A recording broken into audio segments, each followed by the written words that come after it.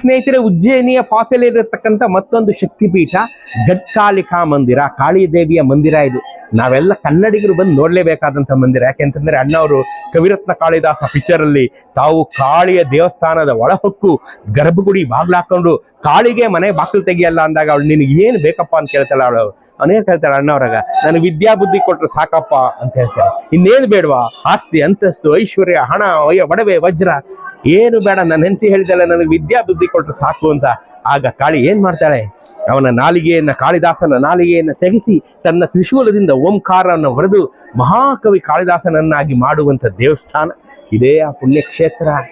ಅಣ್ಣ ಅವರು ನಮಗೆ ಕಣ್ಣಲ್ಲಿ ಕಟ್ಟಿಸ್ಬಿಟ್ಟಿದ್ದಾರೆ ದಶಮಾನಗಳ ಹಿಂದೆನೆ.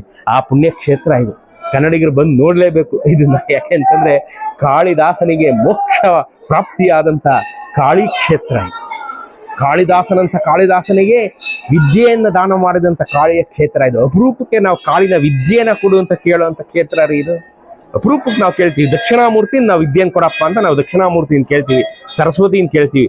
ಕಾಳಿನ ವಿದ್ಯಾಬುದ್ಧಿ ಕೊಡುವಂತ ಕೇಳುವಂಥ ಕ್ಷೇತ್ರ ಭಾರತದಲ್ಲಿ ಇದೊಂದೇ, ಉಜ್ಜಯಿನಿಯ ಗಟ್ಕಾಳಿಕಾ ಕ್ಷೇತ್ರ. ನೀವು ಉಜ್ಜಯಿನಿಗೆ ಬಂದಾಗ ಮಹಾಕಾಳನನ್ನ ನೋಡಿದ ಮೇಲೆ ಈ ಗಟ್ಕಾಳಿಕಾ ಕ್ಷೇತ್ರವನ್ನ ನೋಡ್ಲೇಬೇಕು. ನೀವು ಬಂದು ನೋಡ್ತಿರಲ್ಲ. ಜಯ ಮಹಾಕಾಲ್.